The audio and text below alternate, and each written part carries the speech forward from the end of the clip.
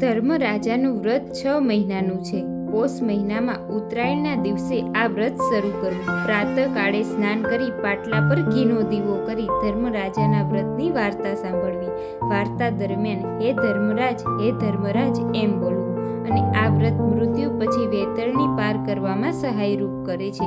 એટલું જ નહીં, આ વ્રત કરનાર જગતમાં કીર્તિને વરે છે. મિત્રો, આજના વિડીયોમાં આપણે ધર્મરાજાના વ્રતના વિધિ અને વાર્તા વિશે વાત કરવાના છીએ.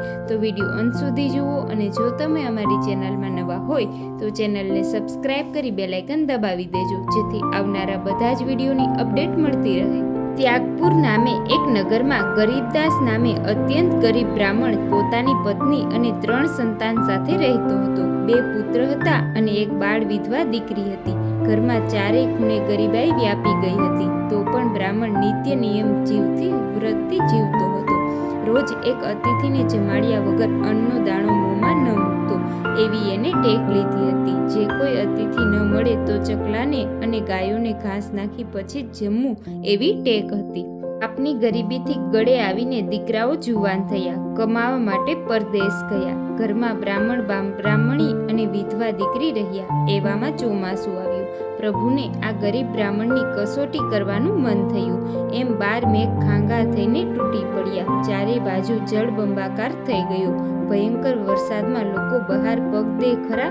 આવા વરસાદમાં આંગણે અતિથિ આવવાની વાત તો દૂર રહી, ચકલું ફરકતું ન હતું. 4 દિવસ થઈ ગયા. બ્રાહ્મણી અને દીકરી 4 દિવસ સુધી અન્ન લીધા વગર બેસી રહ્યા. પણ સર્જનહાર જરાકે શ્રદ્ધા ઓછી ન કરી.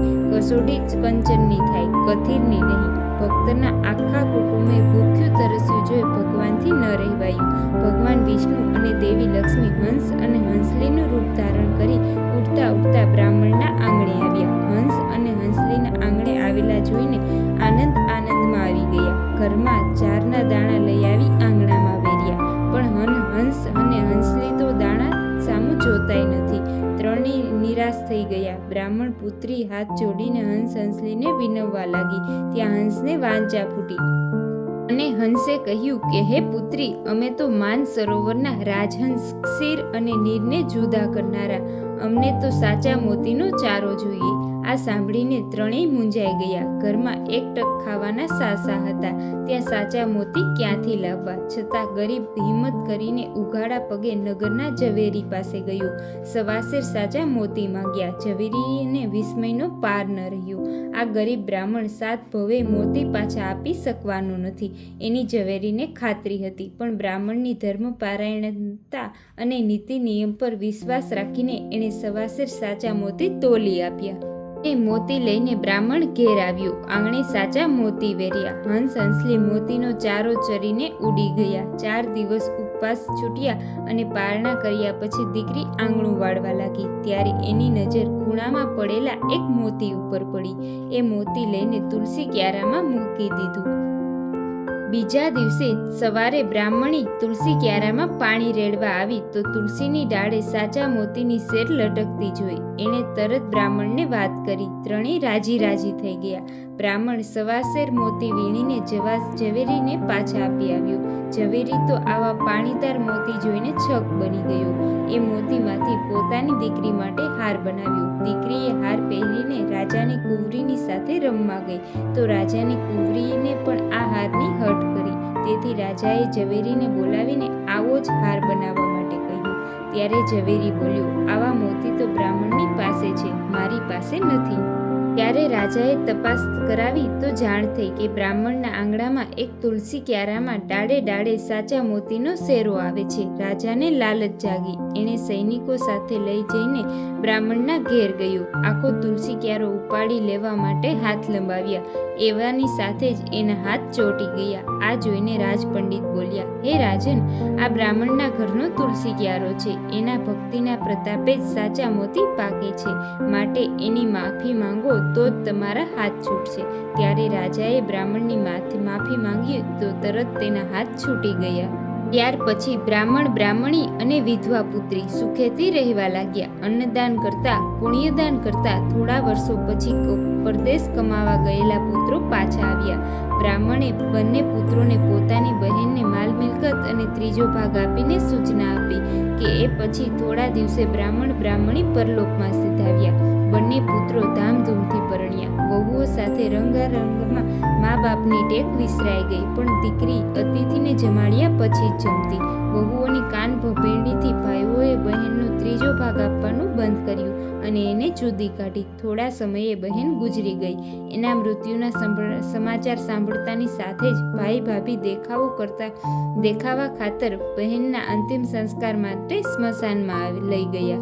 એ બહેનનો આત્મા ઘણો પુણ્યશાળી હતો. ગાયના દાનના પ્રતાપે એ એક પલકારે વેતરણી તરી ગઈ. જોડાના દાનના પ્રતાપે કાંટાના વન પાર કર્યા. છત્રીના દાનના પ્રતાપે લૂથી બચાવી. અન્નના દાનના પ્રતાપે ભૂખના દુઃખ વેઠવા ન પડ્યા. વસ્ત્રદાનના પ્રતાપે લોખંડના પગ ધગધગતા થાંભલાથી બચી ગઈ. આમ સર્વ વિઘ્નો ઓળંગી ધર્મરાજાના દરબારમાં પહોંચી. ત્યારે ધર્મરાજા કહેવા લાગ્યા, એ દીકરી, તે અઢળક પુણ્ય સંચિત કર્યું છે, પરંતુ તે મારું વ્રત કર્યું નથી, માટે તારે પૃથ્વી પર પાછા જવું પડશે. અરે દીકરી બોલી કે હે ધર્મરાજા, તમે તમારા વ્રતની વિધિ મને કહો. મારું વ્રત 6 મહિનાનું છે. ઉત્તરાયણના દિવસે વ્રત શરૂ કરવું. સ્નાન કરી શુદ્ધ પાટલા પર મારા નામનો ઘીનો દીવો કરવો. હાથમાં ચોખા લઈ મારું સ્મરણ કરતા કરતા વાર્તા સાંભળવી અને 6 માસે ઉજવણું કરવું. એ વખતે વાંસનો સૂંડલો લોયો, એમાં સવાસેર મોતી, સવાસેર જુવાર, સવાસેર નૌકા, સવાસેર કોરા વાંસનો ટુકડો, કપડાની જોડ અને મારા પ્રતિકરૂપ સોના રૂપાની 2 મૂર્તિ એ મૂકી સુપાત્ર બ્રાહ્મણને દાનમાં આપવું. આટલા બધાની શક્તિ ન હોય તો યથાશક્તિ દાન કરવું અને પછી સવાસેર ઘઉંનો લોટ લઈ તેની સુખડી બનાવી એના 4 સરખા ભાગ કરવા. એક ભાગ રમતા બાળકને, બીજો ભાગ ગાયના ગોવાળને, ત્રીજો ભાગ ફરતા પંડિતને આપવો અને ચોથો ભાગ વ્રત કરનારે ખાવો. બહેને તરત જ આ વ્રત કરવાનો સંકલ્પ કર્યો. ને આ બાજુ સ્મશાનમાં ચિતાને આગ ચાંપવાની તૈયારી થતી હતી. ત્યાં જ લક્ષ્મી દેવી ડોસી રૂપે આવ્યા અને પહોંચ્યા અને બોલ્યા, મારે દીકરીનું મુખ જોવી છે. આમ કહીને જ્યાં એના પર નજર કરી ત્યાં તો બહેન સજીવન થઈ. બધા ફાટી આંખે તાકી રહ્યા. પછી ભાઈ ભાભીઓએ બહેનને ઘેર આવવા કહ્યું, પરંતુ એણે ના પાડી. એ તો ડોસીને લઈને પોતાના ઘેર આવી. એમ કરતા ઉત્તરાયણ આવી. બહેને ધર્મરાજાનું વ્રત લીધું. 6 મહિને ઉજવણું કર્યું અને એ ડોસી બોલ્યા, દીકરી, હવે તો ધર્મરાજાના દૂતો લેવા આવશે, તું તો સ્વર્ગે જઈશ. ત્યારે બહેન બોલી, માં, હું તમને પણ સાથે લઈ જઈશ. થોડા દિવસ પછી ધર્મરાજાના દૂતો લેવા આવ્યા. બહેને પહેલા ડોસીને વિમાનમાં બેસાડ્યા, પછી પોતે બેઠી. સ્વર્ગમાં આવતા જ કંકુના પગલાં પડ્યા, ઝગમગ દીવડા પ્રગટ્યા, મોતીના સાથિયા પુરાયા અને આમ બહેને ધર્મરાજાનું વ્રત ફળ્યું. સ્વર્ગમાં સ્થાન મળ્યું. હે ધર્મરાજા, જે લોકોએ શ્રદ્ધા ભક્તિથી તમારું વ્રત કરે એના પર અમી દ્રષ્ટિ રાખી સ્વર્ગમાં સ્થાન આપજો. મિત્રો, આવા જ અવનવા ધાર્મિક અને શાસ્ત્ર સંબંધિત વિડીયોની જાણકારી માટે અમારી ચેનલને સબસ્ક્રાઈબ કરો. ધન્યવાદ.